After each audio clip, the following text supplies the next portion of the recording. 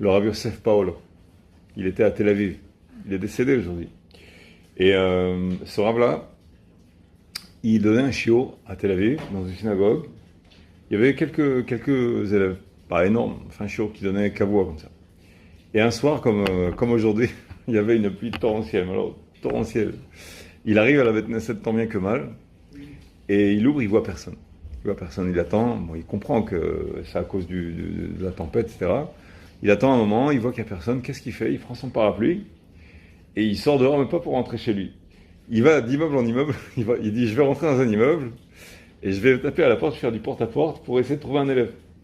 Alors il tape à la porte, il y en a qui ne lui répondent pas. À un moment donné, il y a quelqu'un qui lui répond. Un homme, il ouvre la porte. Et il avait l'air très très bizarre, ce type-là. Il lui dit, voilà, bonsoir, je viens te proposer, si tu veux, on fait un shiur, maintenant on étudie la Torah.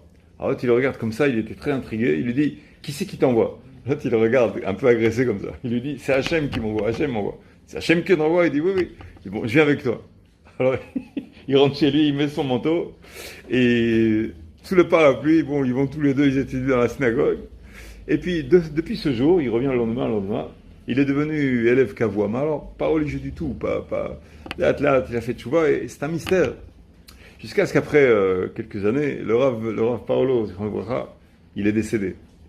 Et ils ont fait shiva dans la famille. Et lui, cet élève-là, il est venu pour l'Enachem Otam. Et quand il est venu l'Enachem Otam, il leur a dit, je voudrais vous dire ce qui s'est passé avec moi. Il commence à leur raconter l'histoire qu'on ne connaît pas. Il dit qu'il y avait un soir où tellement il était écœuré de beaucoup de choses, il a eu beaucoup de déceptions, il a décidé de se mettre une potence dans son salon et de mettre la fin à ses jours. Et il a demandé, il n'avait pas l'habitude de prier, c'est pas un pratiquant, il a demandé à Hachem, il a dit à Hachem, si tu as une objection, fais-moi un signe. Fais-moi un signe que tu as une objection. Il commence à se mettre à la potence, il allait s'attraper sa griffe à la potence, et on tape à la porte. D'un coup, il y a le Rav Paolo qui ouvre, il regarde et dit, qui c'est qui t'a envoyé là? Il dit, c'est Hachem qui m'a envoyé. Bon, si c'est Hachem, je viens. Et il dit, votre père, il m'a sauvé la vie. Comme ça. Comment? Incroyable cette histoire-là. Même le Rav, il n'était pas au courant, il se sentait un peu embarrassé. C'est quoi ce regard? Qu'est-ce qui se passe?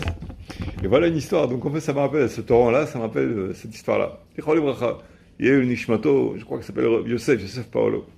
Yosef Paolo? Ouais, un Rav à Tel Aviv. Bon, on va faire quelques halachot de Hanouka. Comme quoi il faut faire attention, je reviens sur l'histoire, comme quoi il faut faire attention pour n'importe quelle mitzvah qui parfois peut avoir l'air insignifiante. C'est pas... Il s'avère qu'il y a... Moi j'ai entendu du Rav